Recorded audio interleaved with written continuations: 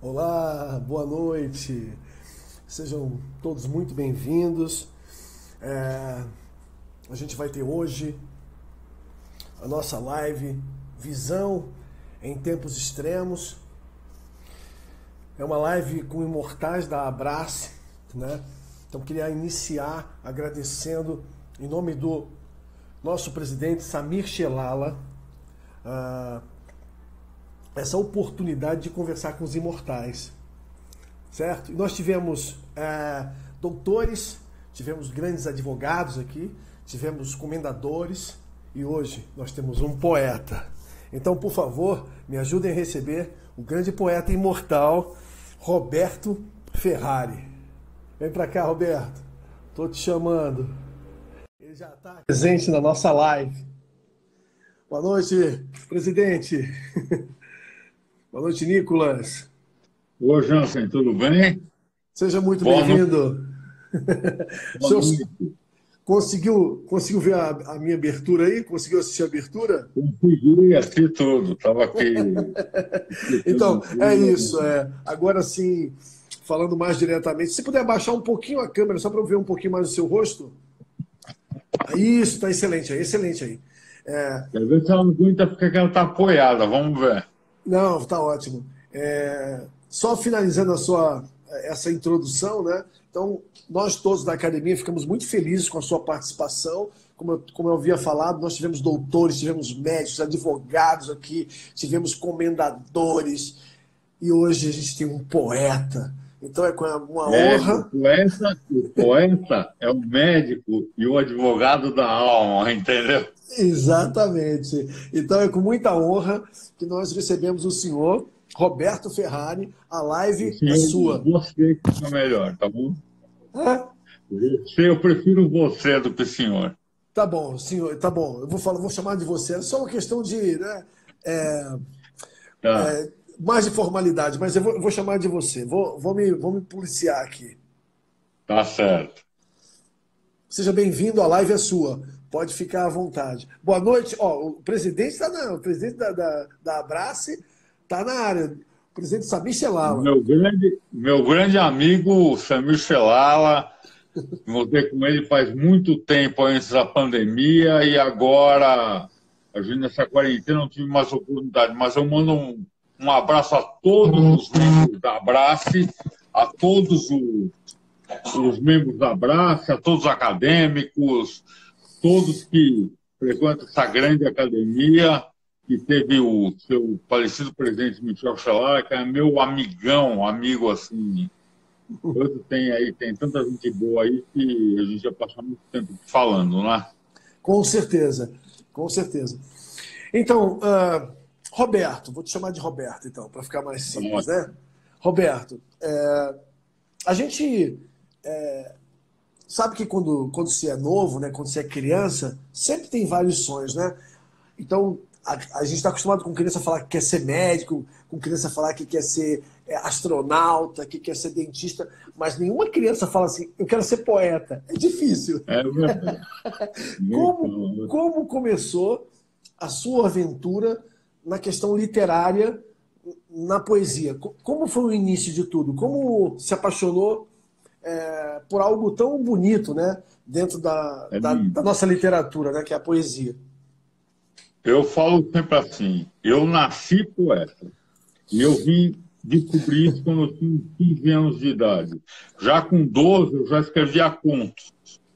E eu brincava com meus primos todos lá para a gente representar o conto que eu tinha escrito.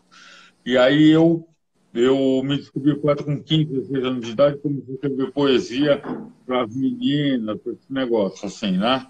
Só que, naquela época, tinham profissões, vamos dizer, carimbadas. Ou ia ser médico, ou ia ser advogado, ou ia ser engenheiro, ou Aham. jornalista. Você não tinha muita Sim. variedade. Certo?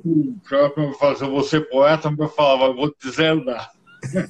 Porque é uma coisa de louco, né? Que não dava. Então, o que aconteceu? Eu comecei a fazer um curso de engenharia e fui progredindo em engenharia, tudo, mas sempre escrevendo poesia. Sempre escrevendo. Só que as poesias eu dava todas.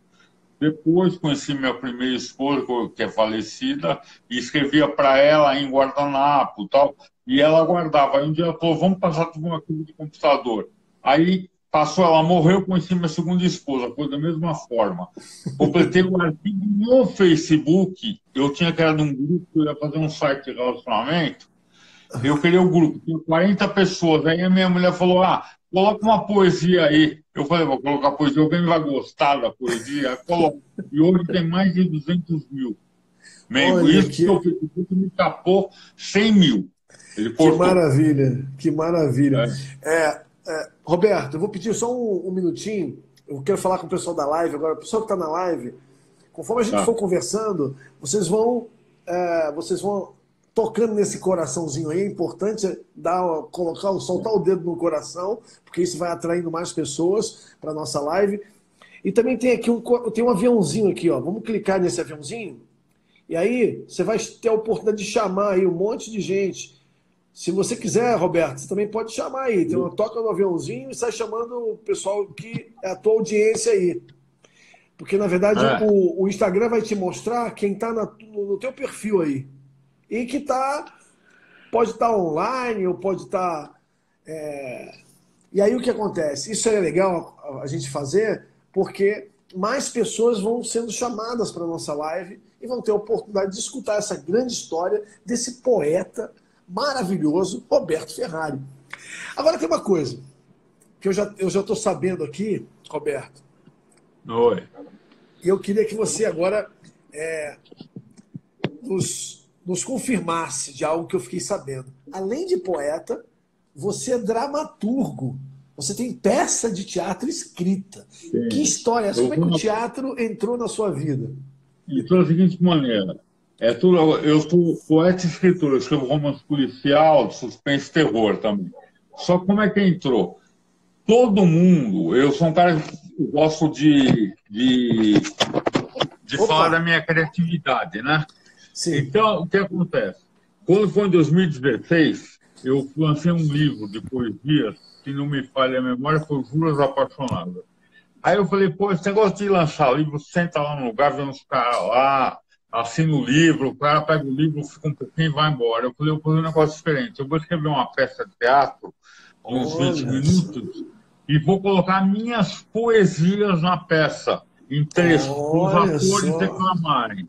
Aí tem um amigo meu que conhecia uma diretora de teatro, conheci o cara que é daquele teatro lá da Leopoldina, lá do UMC, conheci o cara, sim. Eu fui lá, falei com o cara, ele fez um preço super baixo aí, num dia que não tinha movimento, ela pegou 2 atores que precisavam trabalhar, e nós montamos lá a peça. Eles ensaiaram e a pessoa comprava um ingresso e levava um livro, tinha direito ao coquetel. Bom, foi um sucesso por primeira vez, eu tive 180 pessoas no teatro. E assistindo a minha peça, me aplaudiu, comprou, vendeu um montão de livros, foi muito legal, foi excelente. Que bacana. E essa peça eu aumentei ela agora, eu fiz ela virar uma peça de 1 hora, com as poesias, intercalando tudo, e ficou bem legal. Eu adorei. E como é que é a história da peça? Conta a história do quê, o espetáculo? A história é o seguinte, como a rotina termina com o amor. Olha então, só. O que acontece? Tem um casal, a peça começa um casal numa cama de casal, estão dormindo. Aí o cara acorda e ele tem um clique na cabeça. Ele começa a questionar muitas coisas em relação à rotina. E nesse tempo, uma poesia ele outra. Bom, conclusão, eles terminam, pedem um tempo, eles se separam e depois de 6 meses se encontram. E aí a primeira parte, que foi a que eu fiz, eles ficam juntos. Agora, nessa prolongamento, o que eu fiz? Depois de 20 anos, ou 25, não lembro quanto, eles estão já bem de vida, eles moram numa casa legal, tem mordomo, tem motorista, tem empregado, estão bem. Ou seja, é um casal que progrediu, né? É um casal que progrediu. Deu certo. E aí o cara, ele começa a ter um acesso de ciúmes. mas filmes doentio. Então ele manda o motorista vigiar a mulher dele, manda as empregadas passarem tudo quanto é... Então, peraí. Só um pouquinho. Nesse roteiro aí, tem a ver com o Nelson Rodrigues, que parece peças de... Que eu já li muito Nelson Rodrigues, mas não é que... Não tem a ver com o estilo. Aí o que acontece? Ele pega... Deixa eu lhe falar uma coisa, Roberto. Me pareceu, sabe o quê? Me pareceu a peça Viúva, porém honesta. Viúva, porém honesta? A peça do Nelson Rodrigues. Tem uma coisa mais ou menos como aí. Você foi inspirado pela alma do Nelson. Então, e aí o que acontece? Manda seguir, chega um presente, ele já quer abrir o presente para ver o que é, para a mulher dele, uma embalagem qualquer. Ela quer encontrar com uma amiga, ele manda seguir para ver se ela está indo mesmo tomar um café. Sim. Vai na costureira, vai no soquete. Bom, é tudo isso. Aí no final, tem um final bem triste. Ela foge com um motorista que era um cara novo e o cara fica mal e fica um tiro na cabeça. Vou te falar que o Nelson também tem uma peça assim, que a mulher foge com o motorista. Então são dois. Então, assim, vocês têm uma química aí, viu? Então, essa peça deve ser muito boa, né? Porque o Nelson Rodrigues sensacional. Mas sabe por que eu falo isso nesse negócio? Porque da minha parte literária, que eu escrevo romances policiais, romances de suspense e terror, romance de policial, para mim, sempre tem um serial killer. Roberto, só abaixa um pouquinho sua câmera, só para poder ver o seu rosto melhor. Aí tá perfeito. Então, no romance policial, os romances que eu escrevi, todos eles têm um serial killer. Sim. Inclusive de terror, que escrevi um de lobisomem e um de vampiro. Porque o vampiro é um serial killer. Porque ele mata do mesmo jeito, ele faz tudo igual. Mas esse vampiro é brasileiro? É vampiro brasileiro? Não, é um vampiro húngaro que vem para o Brasil no final do século XVIII. Aí ele, no sul de Minas, uma cidade que existe até hoje, que não existia na época, chamada Badia dos Dourados, que eu pesquisei, ele constrói uma mansão e começa a explorar café com os escravos e os escravos vão sumindo lá. E aí passa 200 anos e ele quer vir para São Paulo. Então o que ele faz? Ele contrata um cara em São Paulo para localizar uma propriedade para ele. E o cara tem que ir para lá para tratar disso com ele. E aí começa. Aí o cara vem para cá, todos os lugares. A casa dele é lá no Morumbi. Então ele eu vou lhe falar uma coisa. Essa sua narrativa, ela, além de literária, ela é muito cinematográfica. Parece que eu escrevo. Você parece que está narrando um filme. Ou seja, nós temos aqui um poeta, dramaturgo e um futuro roteirista de cinema, porque eu já gostei da ideia.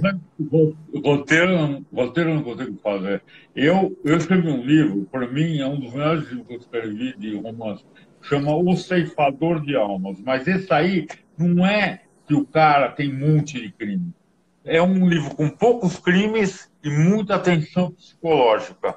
Então, eu descrevo muitos lugares que estão... Eu descrevo bastante, porque o cara tem que entrar na história. Para entrar na história, tem que ter muita descrição. Óbvio que no cinema não dá para ser assim, porque não dá para passar um filme com 400 páginas de livro, passar no cinema. Tem reduzido, mas olha, você não precisa se preocupar, porque assim, o que acontece? Quando a obra é literária, normalmente tem um roteirista. O roteirista pega, lê o seu livro e transforma aquilo num roteiro de cinema, que é uma maravilha. Até porque cada veículo, né, tem que ter uma técnica diferenciada. Por exemplo, isso é uma técnica para escrever para teatro, assim como existe uma técnica para fazer uma adaptação da obra literária para o roteiro de cinema. Mas eu já gostei, eu quero ler seus livros, né, porque eu já senti, um cheirinho de obra boa. E, obviamente, que eu quero conhecer essa peça, eu quero ler essa peça sua aí.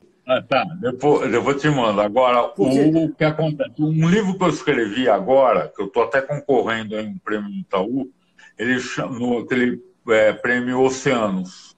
Olha que bacana. O que acontece? Esse livro aí chama A Escolha. Então é o livro de um cara que está numa república aqui em São Paulo. E a mãe dele mora no interior. Ela mora no interior. Aí o que acontece? Ele chega em casa, toca o telefone. É a vizinha da mãe dele. Olha, sua mãe teve um AVC, está no hospital. Ele vai pegar o carro para ir, o carro está quebrado, porque tinha que mandar arrumar. Ele vai de carona. Aí ele pega carona com um cara, não gosta, ele pega com um terceiro cara a carona. E esse cara começa a contar um montão de história para ele. E aí começa uma parte sobrenatural, mas uma parte sobrenatural para ilustrar tudo. E o cara fala assim para ele: eu sou um mensageiro, vim aqui para você escolher. Ou você vai salvar a tua vida ou a vida da sua mãe. E aí começa o livro. E ele começa a relembrar tudo na vida dele, que ele teve com a mãe, para ele firmar a decisão dele. Por isso que eu digo, a decisão é muito importante que você vai fazer. E aí vai nisso aí. Genial. Que genial. Legal. Você viu, já tem ator pedindo emprego aqui, ó. Eu quero atuar. Me chamem. Ou seja, já tem ator pedindo emprego aqui na live. Nossa! Só de ouvir a sua história, o pessoal já quer atuar, já quer trabalhar. Já está pedindo para ser chamado. Quero ver quem vai ser o vampiro na história aí. Quem vai fazer o vampiro, né? E eu tenho uma característica, Jansen. Todo o lugar que eu escrevo é todo real. Eu vou no Google Maps, eu pesquiso e pesquiso o local. Então, por exemplo, esse do Vampiro em Abadia dos Dourados tem um fato histórico lá. Lá, o bisavô do fundador da cidade, ele enterrou lá as cartas de Tiradentes. Cartas que Tiradentes escreveu. E está lá enterrado. E isso é real. Isso é real. Pesquisa arqueológica. O do lobisomem, eu escrevi num lugar que é Bonito, Lagoa do Bonito, aquela região toda, porque o que acontece lá? Tem dois... você também escreveu sobre o lobisomem? Era um mar lá, chamado Mar de Corumbá. Então, toda a água é cristalina, porque tem muito calcário. Então, por isso que as águas são cristalinas. E os soldados na Guerra do Paraguai enterravam lá tesouros, muito dinheiro, e iam para a guerra para depois pegar. E muitos não voltaram. Então, lá tem um montão de dinheiro enterrado também. E o Ceifador de Alma se passa no Pantanal Paulista, que é lá perto de Panorama. Tem um lugar que chama o Pantanal Paulista ali, é um parque. Olha só, que interessante. Eu preciso tudo.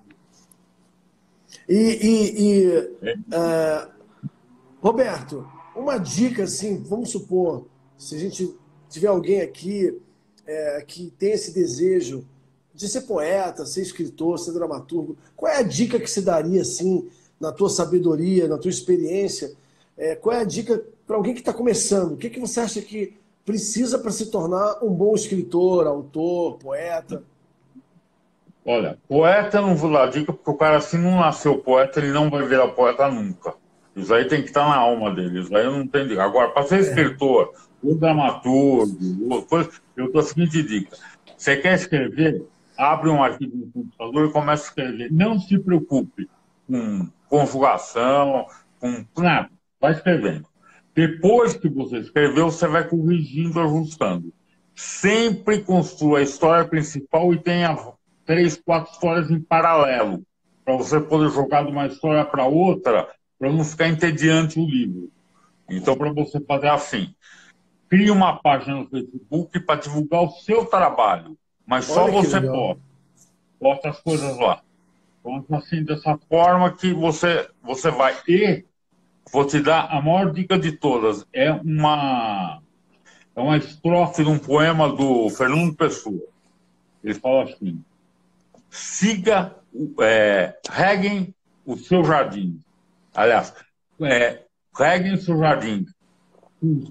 Mais ou menos assim, cultivem as suas rosas.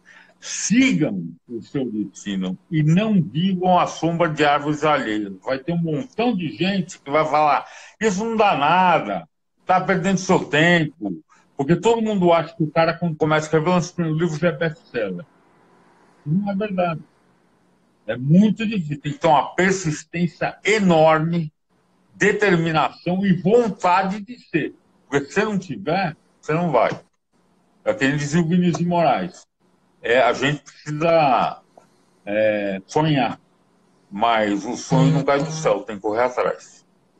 É isso aí. Aí, parabéns. Muito boa dica, muito boa dica. Agora, uma outra curiosidade nossa aqui, né? E é uma pergunta que eu faço para os imortais. Qual é a importância, na sua visão, qual é a importância da academia para a sociedade, para o mundo? Uma academia como a Abrace, que é centenária, que tem mais de 200 acadêmicos espalhados, não só pelo Brasil, mas até fora do Brasil nós temos acadêmicos. Você sabe disso? E então, aliás, a gente vai ter o De Rose aqui. O De Rose, que é nosso acadêmico, vai estar aqui numa live. De Rose é nosso acadêmico e é conhecido no mundo todo. Né? É o professor de yoga mais conhecido das Américas, da Europa, vai estar com a gente aqui. Como é que o senhor vê, na sua visão, qual a importância de uma academia? Bom, primeiro, eu devo muito à Academia Abrace e ao falecido Michel Felala, porque graças ao Michel Felala, ele me ajudou muito a alavancar minha carreira. Primeiro, como membro só da Abrace, que eu frequentei vários eventos com ele, fui homenageado várias vezes, e isso para mim é um valor inestimável. E isso ajudou muito, porque você publica que você está homenageado, todo mundo fica interessado, todo mundo curte, todo mundo vai dando valor. Depois, pelo fato que quando eu me tornei acadêmico imortal, que foi em 2014, eu tenho a cadeira Vinícius de Moraes. Então, aquele foi outro momento para mim crucial. Eu tenho uma ligação muito espiritual com o Vinícius de Moraes. Então, isso para mim foi sensacional. Isso ajudou mais ainda na minha carreira. Então, eu juro que é importante a academia também. Isso pessoalmente. Agora, para a sociedade, é resgatar os valores importantes, preservar a memória da nação, tá? E homenagear pessoas em vida. Porque normalmente o cara, o Van Gogh, baita pintor, só teve reconhecimento depois que morreu. A gente não pode pensar assim, a gente tem que pensar em homenagear em vida. E eu, como presidente de outra academia da classe, que era uma academia irmã da Abrace, que o Michel Felala tinha todo o conhecimento, tudo, eu tenho essa filosofia. Eu quero preservar a memória nacional, quero cuidar da cultura e amar. E a língua mãe, para mim, o português, tem que ser falado exemplarmente por todos os membros. Você não pode ter uma pessoa que não saiba escrever ou ler o português corretamente, porque esse cara não tem condição de ser membro de nenhuma academia. Nem aqui, nem em nenhum lugar, né? Então, essa é a importância para mim. Maravilha. Antes de a gente continuar, o nosso presidente, Samir Shelala, ele entrou numa outra conta aqui. Boa noite, Jansen, Roberto, é o Samir. Não estou conseguindo entrar pela outra conta. Estava tentando desde as 21, ou seja, ele entrou e caiu. Agora ele tá aqui nessa outra conta. Opa, Samir, um abraço. Ele está online. Como foi, então, agora que é um momento muito especial, essa minha pergunta, eu acredito que deve ter sido assim, um momento único na sua vida. Como foi assumir a cadeira de Marcos Vinícius da Cruz, Melo e Moraes? O Vinícius de Moraes. Como é sentar na cadeira número 39? Quero que você explique essa emoção para a gente. Vou falar uma coisa para você. Eu vou contar uma historinha. Eu sempre gostei do Vinícius de Moraes. Desde criança, eu sempre escutava as músicas que ele fazia com o Toquinho, etc. Sempre fui fã. Depois, com mais idade, eu comecei a ler as poesias dele. E vou te contar uma curiosidade. Você sabia que o Vinícius de Moraes adorava escrever contos de terror? Como é que é? Eu não entendi. Você sabia que o Vinícius de Moraes adorava escrever contos de terror? É mesmo? Não sabia. Vai passar a pandemia não deu, mas eu acho que o ano que vem vai estrear uma minissérie de contos de terror do Vinícius de Moraes, assim me falha memória, no Netflix. Que maravilha. E aí aí fui lá, foi. Quando foi a hora da cadeira, eu fiquei muito honrado e emocionado, muito emocionado. e fomos para a biblioteca municipal. Foi lindo. Na sua visão, demais. quem é Vinícius de Moraes? Quem foi Vinícius de Moraes? Quem foi Vinícius de Moraes? Vinícius de Moraes foi um dos maiores artistas do mundo, porque ele, além de poeta, escritor, jornalista, ele era um músico completo, ele fez cinema, ele fez tudo. E ele era um cara que tem uma lição de vida para todo mundo. Viva, mas viva com intensidade. Aproveite tudo que você puder dessa vida. Porque antes, 2, 3 dias antes dele morrer, ele foi entrevistado por um jornalista. E o cara falou: Vinícius, você não tem medo de morrer? Sabe o que ele respondeu? Não, meu filho, eu tenho saudades da vida. Então, essa é a maior lição. Inclusive, a antologia primeira que eu fiz agora, esse ano, a antologia Um Amor em Poesia, a primeira edição foi em homenagem. O Vinícius de Moraes é o poeta homenageado. Eu escrevo umas palavras lá. E aí, para te falar, que eu não sei isso, você tem muito essa coisa de espiritual, mas depois de mais ou menos um ano que eu tinha assumido, eu tive um sonho com o Vinícius de Moraes. E eu estava num quiosque, numa praia, e ele veio, sentou, vamos tomar uma bebida, tomar um uísque. Ele falou assim: vim aqui só para te agradecer tudo que você está preservando e honrando o meu nome. Eu acordei arrepiado, cara. Você teve esse sonho? Sério mesmo? Que bacana. Que bacana, hein? Foi louco. E como é que você se sente como imortal? Como é que é ser um imortal? Explica pra gente, que tem muita gente que não faz ideia do que é isso.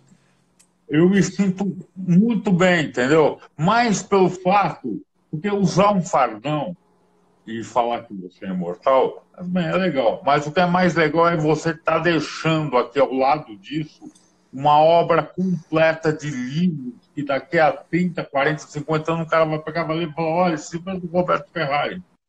E eu já lancei 19 livros fora das antologias. E tenho no computador pronto mais 10. Caramba! Isso tudo desde os 54 anos de idade. Não fez nem 9 anos de carreira ainda. Olha só, parabéns. Escrevo muito, cara. Escrevo muito. E a minha vida é escrever. Eu adoro. Que bacana isso. Que bacana. Que lição agora, seu testemunho, né? Sobre a paixão pela literatura, né? Que coisa bonita isso. Agora, Roberto, mudando um pouco de assunto, né? Indo assim mais para assuntos relacionados ao mercado mesmo literário. Porque claro que eu ia lhe fazer essa pergunta, né? Todo mundo hoje tem uma espécie de dúvida muito grande sobre o mercado literário. Porque hoje, por exemplo, você pode lançar um livro, né? Um e-book pela internet, você pode lançar um livro que é virtual. A gente sabe que tem muitos livros que são best-sellers, mas o autor não ganha nada, na verdade. Né? A editora ganha e parece que um percentual vai em doações. Como é que é esse mercado, financeiramente falando, e se isso hoje dá lucro? A pessoa consegue viver escrevendo? Que está começando, não o Paulo Coelho, que o Paulo Coelho a gente sabe que com certeza ganha dinheiro. Tem o cara que é o... Oi, fala. Não, mas assim, a pergunta é: o que você pode nos falar sobre esse mercado? O que você pode nos falar sobre esse mercado literário hoje para quem é escritor? Para quem começa a fazer o primeiro livro, está lançando o primeiro livro. E aí, dá para ele se virar? Ou o começo é bem difícil mesmo? É o seguinte, eu falo assim, eu vou falar um pouco da minha carreira, que é o que acontece com uma pessoa que tem persistência e que vai e procura outras alternativas, como eu vou falar. E não para aquele cara que escreve um livro, a primeira barreira ele já desiste. Aí não é escritor, já escreveu um livro, 2, e pronto. O que acontece? Quando eu comecei, o primeiro livro eu lancei lá na Casa da Fazenda, com o Michel Celala e tal. Tinham, sabe quantas pessoas? Tinham 12. Das 12, 7 eram da minha família. Eu vendi 10 livros. Aí fui vendendo esse livro. Aí lancei outro. Outro livro também, isso eu tenho que comprar a quantidade que a editora queria. O seu outro livro vendi um pouco, tem um restinho de nada hoje ainda, tudo bem. Aí fui para o terceiro. Começou a aumentar meu público, fui fazer lançamento, vendia bastante livro, eu comecei a inovar nos lançamentos. Aí foi aqui, foi ali. Eu procurava sempre alternativa mais em conta para produzir o livro. Bom, Sim. conclusão. Eu, depois, em 2012, eu falei com... Eu peguei, tem uma pessoa no Facebook, chamado Márcio Rogério, que ficou um grande amigo meu. E ele tinha um projeto de uma rádio, M-Rock, uma rádio rock. E eu amo rock and roll também. Então eu entrei nesse projeto, estou lá há 8 anos. Então lá eu faço um programa todos os sábados e eu tenho um público grande que escuta. Então, o que eu quero dizer com isso não é para falar que faço programa de rock, é para falar que a pessoa tem que achar formas de divulgação. Explorar ao máximo. E o mercado literário. Hoje o novo escritor ele tem que ter uma audiência, tem que conseguir uma audiência, né? Seja no rádio, seja na internet. Não, ele precisa ter uma audiência, né? Para mim é um misto, que eu vou falar que eu acho agora. Como o mercado literário é um mercado difícil, porque o brasileiro, infelizmente, ele prefere comprar por R$30 ou 35 um CD de funk, que não traz mensagem nenhuma, a comprar um livro de poesia, por exemplo, que é mais ou menos essa faixa. Perfeito. E é difícil. Só que nesta quarentena, olha aí que eu tenho 9 anos, eu aprendi a vender livro. Nessa quarentena. Que maravilha, que maravilha. Eu aprendi. Por quê? Tem as lives do Facebook. Então, na live, como eu tenho na minha página lá do Facebook, eu tenho praticamente 130 mil membros ali, seguidores. Tenho o grupo do Ia Andar com 200 mil, tantos mil. Tenho a Rádio Rock. Tenho N coisas que eu faço. Eu sou um cara conhecido. Então, eu vou lá, faço a live, para você ter uma ideia. A minha live, sozinho, eu falando 1h30 sozinho. Eu tenho 3.500 visualizações, só falando sozinho. Que bacana. De ninguém. Ou seja, na verdade... Deixa eu só concluir, Renato. Deixa eu concluir aqui. Roberto, deixa eu só concluir aqui. Na verdade, você está dizendo o seguinte, que a pessoa que está escrevendo, ela precisa construir a própria audiência. Ela tem que ter um público.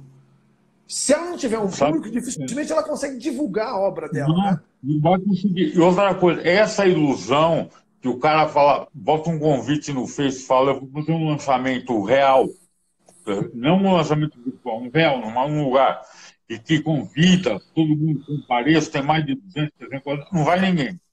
Sim. Então, o negócio é o seguinte, a pessoa tem que trabalhar. Eu planejei a minha carreira. Eu falei, eu vou lançar 2 livros por ano.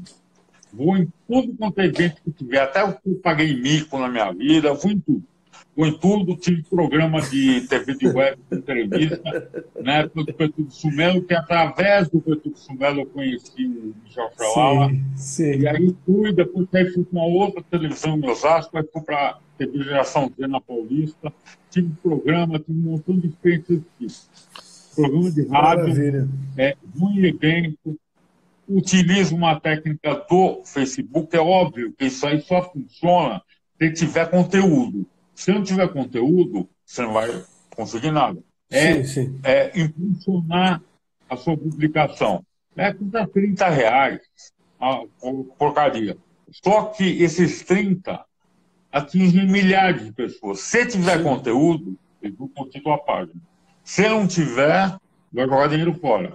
Então, no meio de coisas, o cara tem sucesso. E o mais importante é acreditar em você mesmo.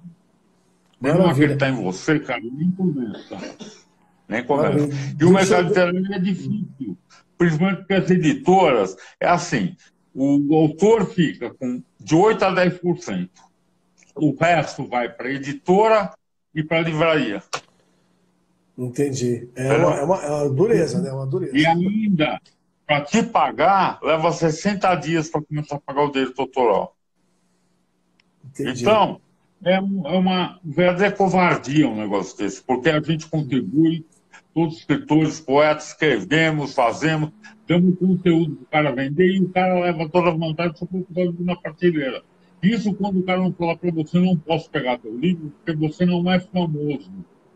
Aí eu falei uma vez, o cara falou, pô, mas se eu pegar meu livro, como é que eu vou ser famoso? É a mesma coisa que o cara que está fazendo estágio na Claro, faculdade. Fez claro, claro. estágio, estava por primeiro emprego. O cara fala, mas você não tem experiência. Fala, pô, mas como é que eu vou ter experiência se você não me empregar? É lógico. Entendeu? É a mesma coisa. É Deixa, difícil, meu. deixa, deixa eu te falar uma coisa aqui, Roberto. Oi. O Samir Shelala colocou aqui uma coisa bacana. Ó. Ele falou assim: ó, vale ressaltar que Roberto é filho do saudoso Renato Ferrari, que foi um grande secretário de cultura e prestigiou Oi. diversos eventos da academia, ou seja, da Abrace. Então, que bacana isso, ou seja, tem uma história, na verdade, familiar, né, que envolve a Abrace, em relação ao teu pai e a você. Que bacana O essa trajetória, né? meu pai foi um grande jurista. Ele foi um cara, acho que um dos melhores do Brasil para escrever contratos de empresas, fazer esse tipo de coisa juridicamente. Na parte mais, assim, ele escreveu até algumas poesias na mocidade dele e tal, mas escrever livro e escrever poesia é muito diferente de escrever uma. O óbvio, você tem que ter talento para fazer um contrato, mas tem uma Sim. mecânica para fazer. Uma poesia não tem mecânica nenhuma. Você, em 30 linhas, tem que sintetizar o início Ó, do feliz fim aqui, ainda ó. passando 5 minutos. Para você ficar feliz aqui, ó. Ah, Tem uma pessoa que diz assim, ó, eu amo as poesias dele.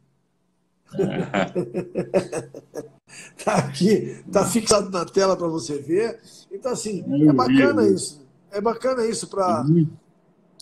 a gente saber que é muito importante a dedicação de uma pessoa, né? Ou seja, você é uma pessoa completamente dedicada à tua carreira, né? Ao que você Não, escreve, totalmente. aos teus projetos. Não é uma coisa que Ó, caiu do e eu céu, né? trabalho. Não Eu caiu da tua trabalho em cabeça, casa, né? eu trabalho 10 horas por dia. Eu não tenho sábado, não tenho às vezes domingo, eu trabalho direto, direto. Eu tenho que Ah, que abastecer maravilha. atualizar todas as redes que eu tenho, redes sociais, tudo Facebook, eu tenho 4 perfis, tenho que atualizar tudo, tenho que fazer um montão de coisa, tenho que escrever. Eu entrei numa antologia de contos.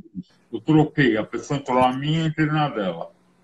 E aí eu precisava mandar o conto, eu não tinha que escrever. Aí ontem me deu uma inspiração, olha só o conto que eu escrevi. Vou te falar mais. O cara vai com um amigo passar no interior. Aí eu descrevi a cidade, aquele pouca gente e tal. Aí eles chegam lá pela 1 hora, 1h30, e o cara fala, pô, eu tô com uma fome, meu, vamos comer. Ele fala, eu conheço uma padaria aqui embaixo. Aí ele chega lá, para o carro, vem um cara, que é o guardador de carro, vestido de paletó preto, e falando como se estivesse falando na época do José de Alencar, com aquele trejeito todo e tal. Sim, sim, Quando ele sim. entra na padaria, não é uma padaria comum, é uma padaria que nem aquelas da Belle Époque, do início do século, com mármore, aquele negócio, e todos os pratos com nomes de escritores e poetas famosos. Por exemplo, sei lá, É Itamina Vinícius mesmo. de Moraes, a jogar tal, tudo. Aí o cara come. Aí o que acontece? O cara já está impressionado. Eles vão não, vou na cidade, ele para numa lojinha, só tem coisa literária. Vende almofada essa de Queiroz, vende isso aqui. Ele Olha vai que ficando impressionado. Aí o cara fala pra bacana. ele, agora nós vamos lá na escola que o diretor quer falar com você, quer te conhecer. Aí o cara tá meio assim, que é um sonho dele encontrar um lugar desse. Ele corre e fala que tem que ir no banheiro. E quando sai, fala, ele recebeu uma ligação, eu tenho que voltar urgente para a cidade. Aí eu vou ter a conclusão. Às vezes, quando a gente chega muito perto de um sonho, a gente acaba sentindo medo e resolve não enfrentar para ficar na zona de conforto. É verdade. Entendeu? É verdade. Às vezes E tem aí eu muita botei gente isso que aí, faz. mandei para o pessoal que achou lindo o conto. Sim. Foi bem legal, bem bonito. Tem muita gente que acaba ficando, infelizmente, na zona de conforto, né? Porque não quer se arriscar, É. porque não quer sair daquele lugar que é confortável para enfrentar novos desafios. E a vida é um pouco isso, não. A vida é um pouco isso. Por É. exemplo, agora nós estamos indo para a cereja do bolo, né? Passa muito rápido, a gente só tem 10 minutos. Nós Boa, já, já acabou. foi muito rápido, né? Porque o papo, quando é bom. Então, o que acontece aqui? É. A gente vai agora para a nossa cereja do bolo. O nome dessa live Roberto, o nome dessa live ele tem um significado muito importante para essa troca e para a gente conhecer os imortais, né? Da Abrace. E sim, visão em tempos extremos é o nome da live. Né? Live com imortais da Abrace. Mas a visão em tempos extremos seria o nosso grande tema. E tem uma pergunta que eu faço para todos os imortais. Assim, na verdade, a gente finaliza com isso, porque eu acho que é um interesse geral. As pessoas querem saber como vocês pensam, qual é a visão que vocês têm. E a pergunta diante de tudo isso que vem assolando a todos nós nos últimos 90 dias, nós estamos num processo que nunca foi vivido antes, né? Nos últimos 100 anos, por nenhum ser humano foi vivido o que a gente está vivendo agora. Completou 90 dias de quarentena, né? E, abre um pouquinho dali, abre um pouquinho de lá, mas na verdade o mundo está vivendo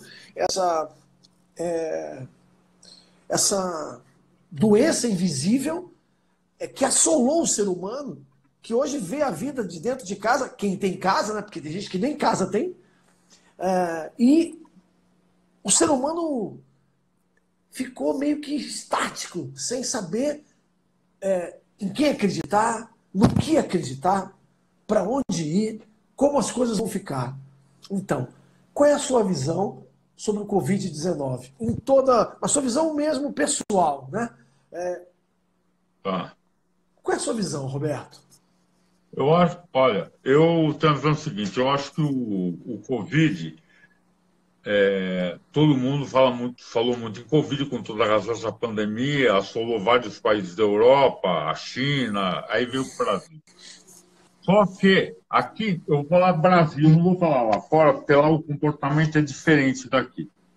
Aqui no Brasil, o que acontece?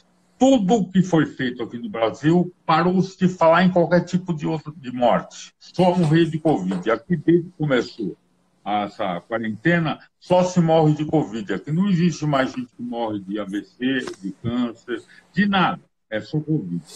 E eu acho que tem um pouco de exagero. Eu acho. Posso estar totalmente errado no que eu estou falando. Mas eu acho que tem um pouco de exagero. E falo, por exemplo, uma amiga minha foi internada segunda-feira.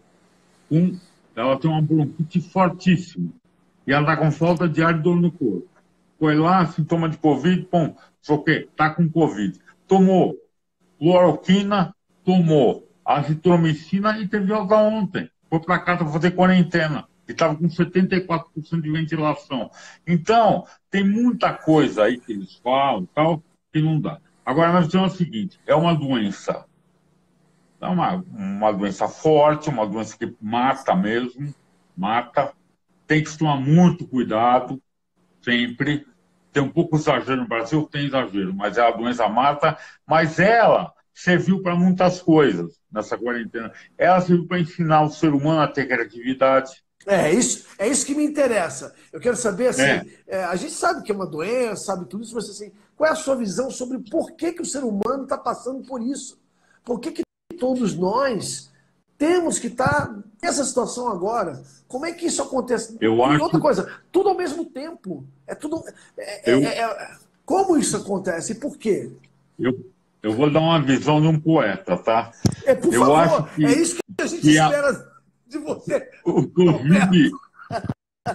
Covid veio para quê? Para mostrar para o ser humano quais são os verdadeiros valores. Aí, o ser humano começar mais valor a valorizar. Olha a diferença, Roberto. Olha a diferença do político Roberto para o poeta Roberto. Agora está falando do poeta. Agora é o poeta. Então, por exemplo, para valores da alma, para mim os valores que são importantes para o ser humano são aqueles que o dinheiro não pode comprar. Amizade, amor, carinho, etc. Uma fila, fidelidade. Então, esses são os valores verdadeiros que o ser humano teve que aprender a descobrir. A dar valor a uma saudade, a um amigo que ele via toda hora. Então, não dá valor num abraço, num bate-papo, numa cervejinha e tal. E outra coisa que eu achei fundamental, quantas coisas nós aprendemos em termos de inovação para as nossas profissões, para a nossa vida. Eu aprendi muita coisa. Sim, aquelas pessoas que, por exemplo, não... Isso que você está falando é genial, Roberto. Tem aquelas pessoas que nem sequer sabiam mexer na internet e hoje se tornaram expert. Então, o que, por exemplo, eu falei para você, eu vendi livro, mas eu nunca soube vender livro. Só que eu aprendi que eu não preciso fazer mais lançamento real nenhum. Eu só no virtual, pô, livro vendi, está aqui. Vendi, eu lancei um livro em março, olha, o livro chegou para mim no fim, na sexta-feira ou na quinta, antes da quarentena. Eu peguei aí 120 livros aí e estava lá. Eu tenho hoje, acho que 10, 12 livros. Eu vendi tudo. Fiz uma antologia, vendi todos os livros da antologia, a primeira. A segunda, teve mais gente que na primeira, vai vender mais. Estou fazendo um livro agora, que é o livro das mulheres. Eu vou fazer uma... Essa aí você vai gostar. Eu estou fazendo uma poesia para cada mulher, descrevendo a mulher. Não é fisicamente, descrevendo o jeito, o caráter, sem conhecer a mulher. Sabe como é que eu faço isso? Só olhando e conversando e olhando para a foto dela.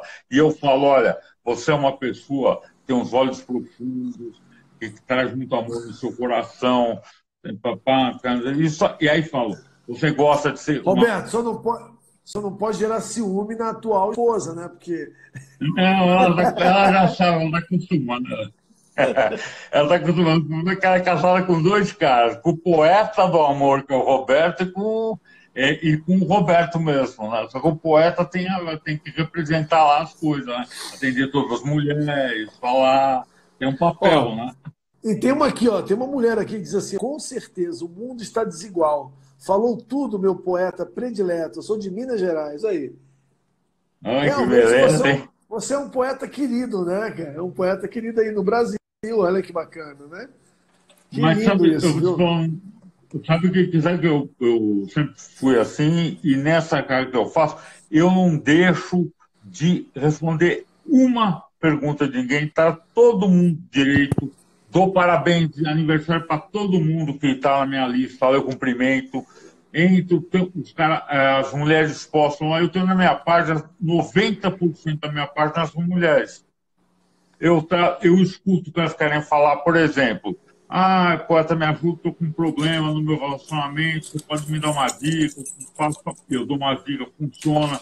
Então, tem muitas coisas para você, é isso que eu ia falar, não é uma coisa única que faz você chegar e subir, desenvolver na carreira, é um conjunto de coisas. Sim, sim, então, sim. um cara perguntou, puxa, como é que eu faço para ser um poeta que nem você? Eu falei, anda por onde eu andei. Calça, sapato que eu vesti. E aí você vai saber o que você tem que fazer para virar um cara de destaque. Um cara que todo mundo respeita, que tem, um cara que eu mantenho a minha humildade. A humildade para mim é fundamental. Eu mantenho a minha humildade total. Só para você ter uma ideia, lá em Niterói, eu tenho uma grande amiga, uma senhora, ela tem uns 70 e poucos anos, e ela é uma poetisa maravilhosa. Então, quando eu vou para o Rio, ela me convida para ir lá para a gente ir na praia, lá de... Você conhece lá, Niterói? Conheço. Conhece a praia de Itaipu? Conheço, que é perto da Praia do Sossego, conheço. Tem uma pedra enorme, tem um montão conheço casinhas. Bom, conheço. Aí ela sempre vai numa daquelas casinhas lá e o cara serve ela as coisas que costuma levar. E eu vou lá, levei um livro de poesia para o grande amigo meu, o Ricardo, que é o cara que serve lá, declamei poesia lá. Aí outro dia ele me liga. Ela tá com ele, foi falar com o poeta. Ô poeta, tô com saudade de você, você não vai vir aqui tomar uma aqui e falar poesia? Olha aí, ó. Olha, Roberto, eu vou ter que me despedir de você. Cara. Roberto Ferrari, foi fantástico. Eu vou ter que me despedir de você, porque nós já temos 1 minuto. Muito grato pelo seu tempo, por você ter estado aqui essa noite com a gente. Foi incrível esse nosso papo, voou. É inacreditável. São 21h50 já, já passaram 50 minutos. A gente a qualquer momento é derrubado pelo Instagram.